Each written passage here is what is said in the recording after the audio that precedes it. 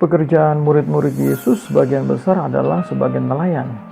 Nah, saat Yesus angkat perumpamaan tentang pukat ini, mereka pasti paham setiap nuansa dari cerita Yesus. Yesus tentu saja menyinggung mata pencarian mereka sebelumnya. Nah, salah satu wilayah penangkapan ikan yang terbaik di Israel adalah di tepi utara Danau Galilea. Sekurang-kurangnya di sana ada 25 spesies asli yang sudah diidentifikasi di danau tersebut. Memang banyak metode menangkap ikan pada zaman Yesus, tetapi metode yang paling efektif adalah penggunaan pukat. Tinggi jala kira-kira 2 meter dan panjangnya lebih dari 100 meter. Bagian atas jala ditahan oleh beberapa pelampung dan bagian bawahnya diberi beban. Untuk menggunakan pukat, tentu saja dibutuhkan kerjasama dari 6 orang atau lebih. Dan sekali jala ditebarkan, nelayan-nelayan tersebut akan menarik semua ikan yang masuk ke dalam jala.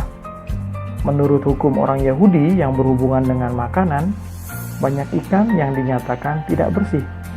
Ikan yang tanpa sirip dan sisik tidak dapat dimakan dan harus dilempar kembali ke air. Ikan-ikan kecil juga harus dilepaskan.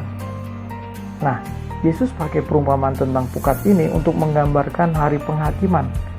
Dia bicara bagaimana menangkap dan menyortir ikan.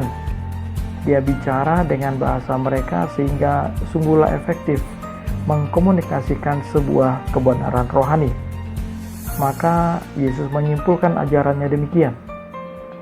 Demikianlah juga pada akhir zaman, malaikat-malaikat akan datang, memisahkan orang jahat dari orang benar, lalu mencampakkan orang jahat ke dalam dapur api.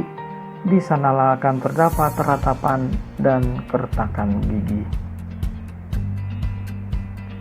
Chuck Bandren, seorang mahasiswa tingkat awal Fakultas Kedokteran Hewan, saat ia mulai merintis bisnis di tahun 1961. Dia tinggalkan bangku kuliahnya karena tidak suka dengan jurusannya.